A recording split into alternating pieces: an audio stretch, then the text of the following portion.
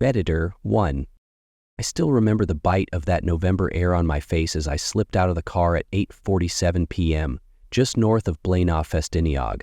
Dave had been at the wheel for hours, Manchester fading in our rear view. When he suggested the lay-by, I didn't argue. My legs felt like lead, my eyes heavy. We hadn't spoken in minutes, just let the silence press against the dashboard. The valley below was a mass of pines, their needles black in the gathering dusk. I lit a cigarette, drawing the first sweet vapors, and that's when I saw it.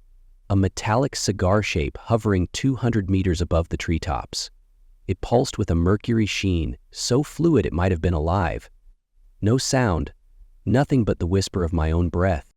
"Dave," I whispered, voice barely more than a tremor. He joined me at the rail, eyes wide. "What the hell?" he breathed. I fumbled for my phone, but every photo came back as a smear, a ghostly flare that didn't resemble what we saw. My chest tightened. The thing hovered for what felt like 30 minutes, sliding sideways, twisting as if peeking around our tiny world. My watch had frozen at 8:52 p.m., though we'd surely been there longer. Then, unannounced, it shot straight up, no roar, no contrail, just a seamless vertical vanishing act. I exhaled, relief pooling until a new noise shattered it. A deep whir that grew until a sleek black helicopter burst through the trees. No markings, no lights on. Its rotors pounded in my chest as it banked over the ridge, following the path the silver shape had taken. I stumbled back to the car for warmth, hands shaking so badly I nearly dropped my keys. Dave muttered, "Let's go," and we sped off, the whir echoing until the mountains swallowed it. Months later, I found myself on Morpha Beach with Sarah and Tom, hoping for something ordinary. Saturn's rings through Tom's new telescope, the salt tang on our tongues. We set up at 10:15 p.m., sand still warm, laughter light. The surf slapped gently against the shore, masking any unnatural hush. It was Sarah who spotted them. "Guys!" she gasped, pointing out over the bay. 3 brilliant white lights, forming a perfect triangle, glided across the water. They stayed rigidly in formation, moving inland toward us. I watched their approach, heart thudding against my ribs, no hum of engines, nothing but the steady hiss of waves. When the lights passed overhead, I felt pressure in my ears, like the world shifting. The temperature plummeted, our breaths fogged in the sudden chill. Then the lights winked out simultaneously, and darkness fell, like a shroud. "Oh God," I murmured, as Sarah yanked at her coat, voice trembling. We scrambled to pack, my hands fumbling the tripod, Tom cursing under his breath. Moments later, I spun for one last look and saw the triangle ascending, now vertical, racing skyward faster than any plane I knew. At dawn, we returned for our gear. Tom's telescope sat in the sand, pointed at infinity. The camera and lenses lay arranged in exactly the same triangular pattern, each piece 12 paces from the next. No footprints, no disturbance, just precise, impossible order. I tried to make sense of it all in the days that followed, chalking it up to military drills or a shared hallucination.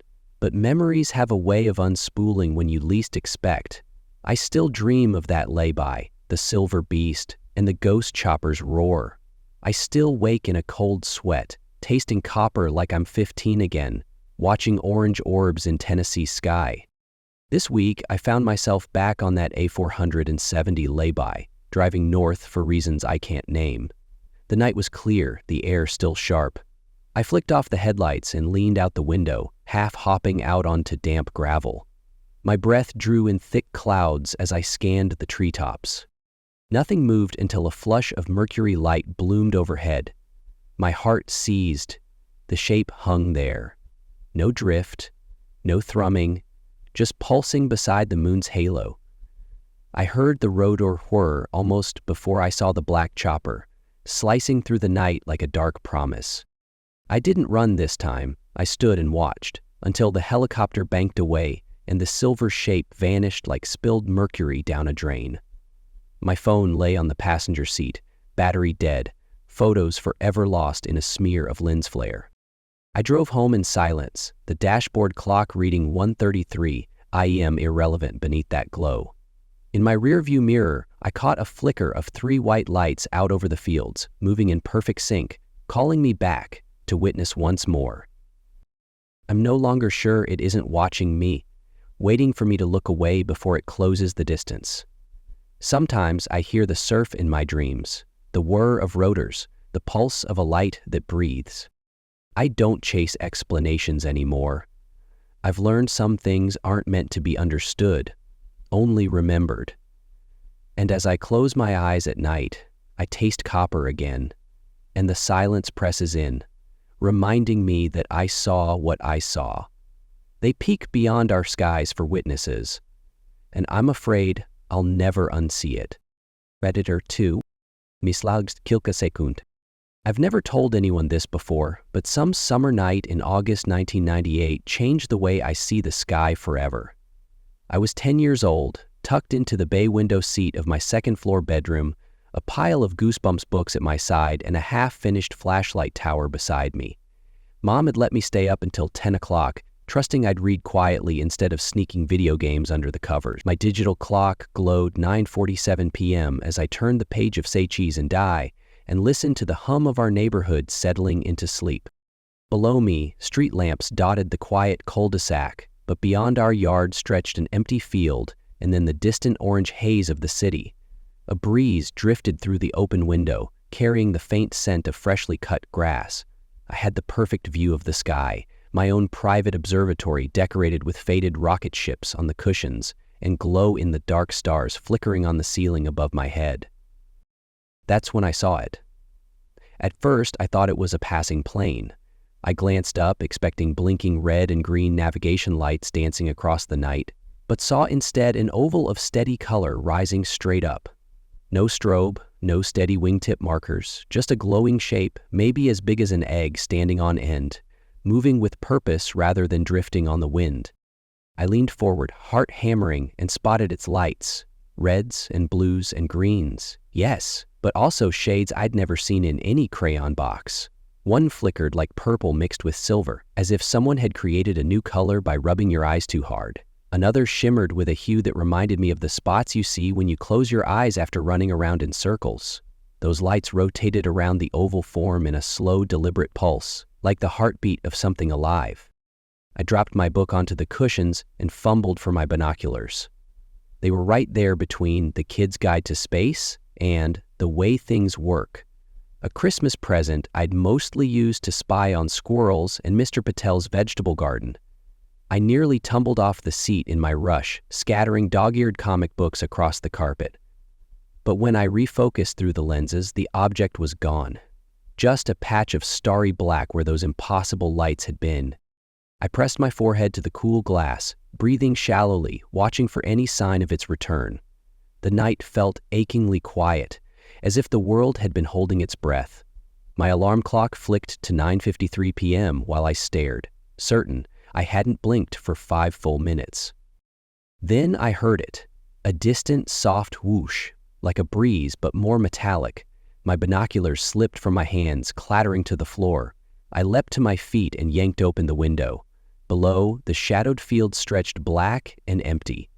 No strange crafts, no glowing lights. Just the gentle rustle of grass in a phantom wind. When Mom peeked in at 10, flashlight in hand to usher me to bed, she found me standing at the window, pale and shaking.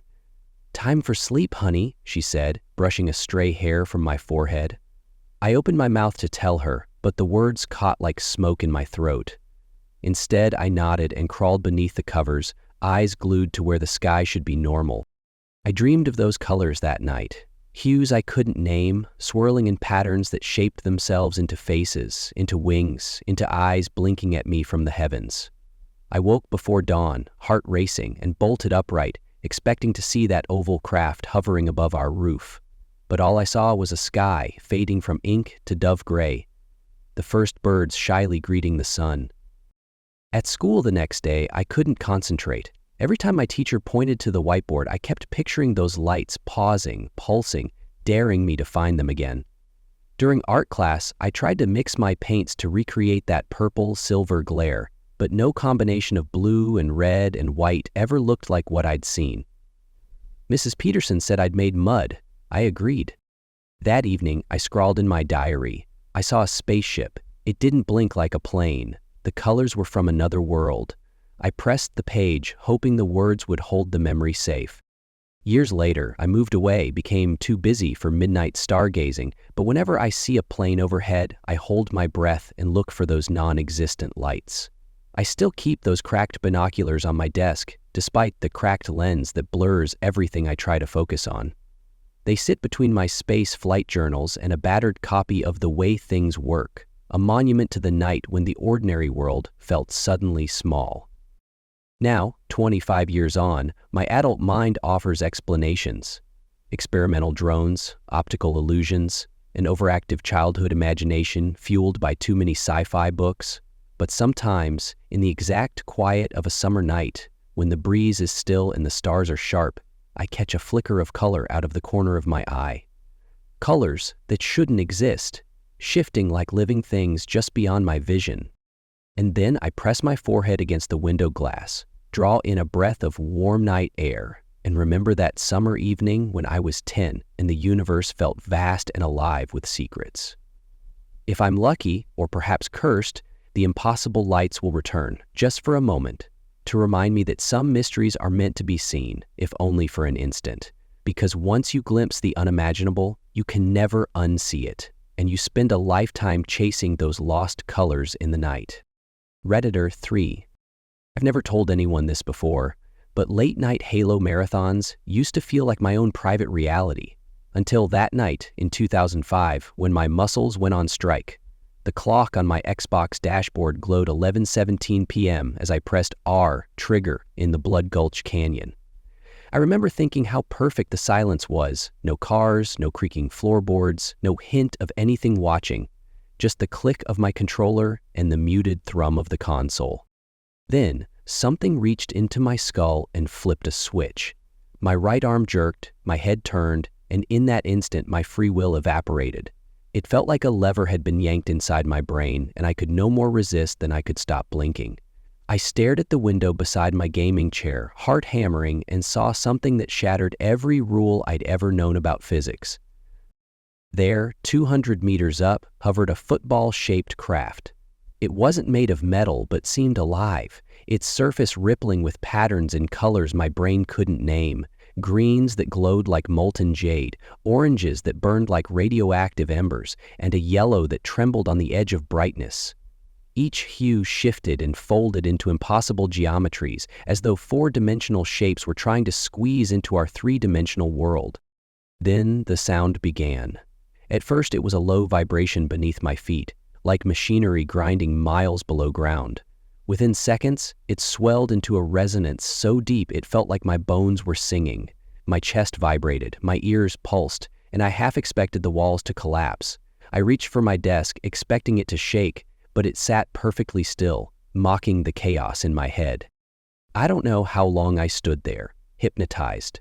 The craft drifted sideways with fluid precision, covering the entire window in 9 seamless seconds. Then, without a sound, it vanished, like someone had dimmed the universe. The resonance cut out too, leaving me trembling, drugged on adrenaline and confusion. Shaking, I stumbled to bed. My controller lay abandoned on the floor, a forgotten relic of a world that no longer made sense. I slept fitfully, drenched in sweat, the taste of copper thick in my mouth. 3 weeks later, I found myself driving late at night with my friend Mark, returning from a midnight movie. The roads were empty, the only illumination our headlights slicing through the dark. We'd just been joking about conspiracy theories when it happened again. Mid-sentence, our heads snapped toward the same point in the sky, so perfectly synchronized it felt like a cruel joke. I cursed under my breath. "Did you see that?" Mark didn't answer right away. His eyes were fixed on a single point where, no more than a blink later, a brilliant white light had materialized out of nothing. It looked nothing like a shooting star. It had no tail, no arc. Instead, it tore across half the sky in 2 seconds, moving with deliberate speed, then winked out as abruptly as it had appeared. "Did you fucking see that?" I shouted, fingers clenching the steering wheel. Mark's voice was quiet, trembling. "Yeah, but it..." He broke off, eyes wide with something like terror. No plane moves like that." We both sat in stunned silence as the tail of our words drifted away. The road stretched ahead, empty, ordinary, yet I could still feel the echo of that light's passage in my chest. We never spoke of it again. Mark refused to look at the sky on our late-night drives, and within a month, he'd transferred to a college 3 states away. Our conversations now skirt around the mundane. When I try to bring up that night, he simply changes the subject. I've spent countless nights replaying those moments in my mind. What force could seize 2 brains so precisely? What crafts defy velocity and gravity with such nonchalance? And what tendrils of reality extend far beyond our understanding? I've learned not to dismiss the impossible, because those crafts, whatever they were, operate on rules we haven't even discovered yet. These days, when I'm gaming past midnight, I turn my chair so my back faces the window. It's not fear, exactly. It's a wariness born of knowing our free will can be hijacked. Sometimes I lie awake long after the screen goes dark, listening for that resonance, the bone-deep hum that once shattered my bones with revelation. And sometimes, in the still hours before dawn, I feel the tug at the base of my skull again, a soft pull, as if an invisible puppeteer is coaxing my head to turn. My eyelids flutter, I taste copper at the back of my throat, and for a heartbeat, I remember that I am not alone in this world. Because I know now that we are only shadows on a canvas far grander than we can imagine, and somewhere beyond our sight, something watches and waits, curious, deliberate, and utterly beyond any law we have ever known. Redditor 4. My Slausen 4S. It started on what should have been just another Friday night. I was behind the wheel of my old hatchback, neon dashboard clock blinking 9:03 p.m., weaving through the blur of brake lights as I picked up Jake for our usual pub crawl. The radio had that late-night rock show on, the guitar riffs muffled by commuting traffic. The air smelled of warming asphalt and frying chicken from a roadside diner, nothing unusual to set my teeth on edge, until I looked up. "Whoa," I said, gripping the wheel tighter. Jake in the passenger seat craned his neck. Above the street lamps hung a dot of crimson so vivid it could have been Mars crashing into our atmosphere. It hovered, pulsing, as if someone had painted it onto the sky. At first I laughed it off. "Nice lens flare," I told him. But then I noticed a second orb, identical in size and color, dancing 20 degrees to the left, sliding sideways and dipping as though testing gravity's grip. I pulled into a vacant lot, cut the engine and leaned forward, heart tapping against my ribs.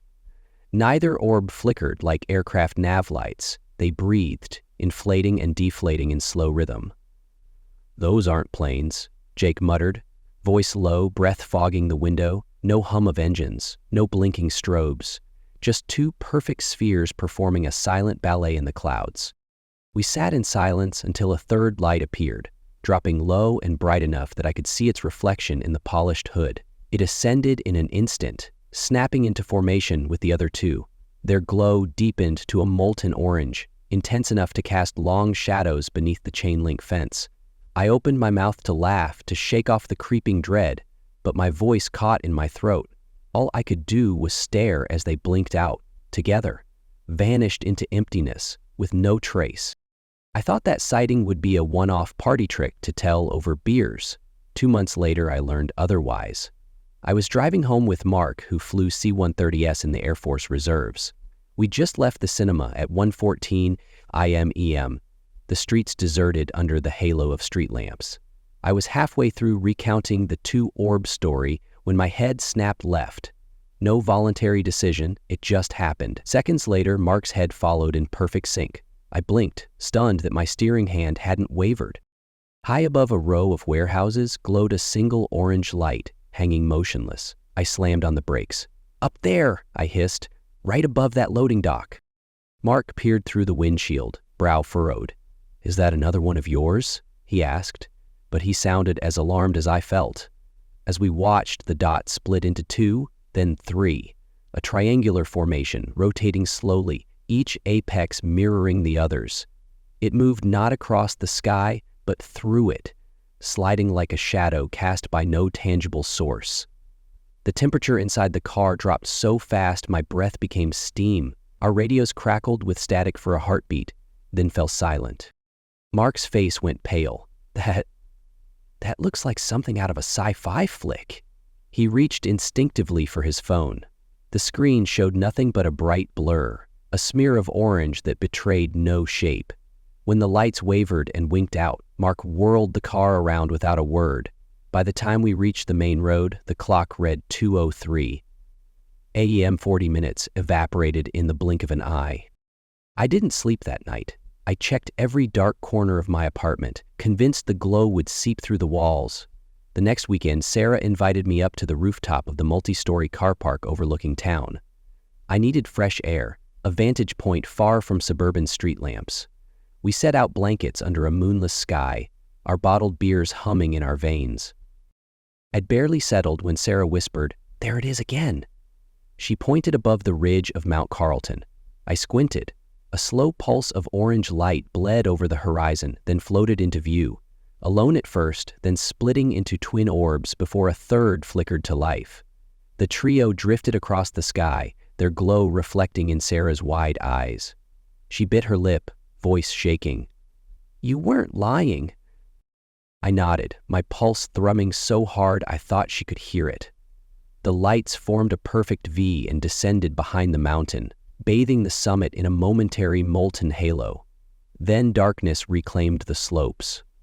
We packed in silence, adrenaline pushing us to hurry, to leave the sky to its secrets. Nothing about those nights makes sense. Ordinary explanations, drones, lanterns, military exercises, collapse under scrutiny. No drone flies soundlessly at that altitude. No lantern glows with the intensity or precision of those orbs, and the Air Force has never admitted to triangular flight formations that defy aerodynamics. Since then, I've found myself drawn to the sky more often. I drive past that vacant lot at odd hours, search for those orbs in every reflection on storefront windows. Late one night, I caught a flicker of orange in my rearview mirror, too fleeting to photograph, too vivid to ignore. I nearly rammed the car, swerving to stare, heart thundering with a mix of awe and panic. Friends ask why I spend so much time with my head tilted back, why I don't just accept life's logical boundaries. I used to laugh off UFO stories, until I saw 3 dance above my house, until my own hands failed to obey my mind. Now I carry a pair of cheap binoculars in the glove box, though they capture only grainy specks against the stars. Still, I keep them there, a silent promise to myself that I'll never unsee what I... Some nights, when I lie awake in a dark room, I can almost feel those orange lights gliding overhead, their soft pulse echoing in my chest. I wonder if they're curious about us, why we watch, why we tremble, or if they're hunting, herding, studying the strange creatures who think themselves masters of the sky. I don't know if those lights will ever return, but I've learned that the line between the known and the unknown is thinner than we like to admit. And sometimes, under a cobalt black sky, that thin line glows orange, reminding me that reality is stranger and more beautiful and terrifying than we ever imagined.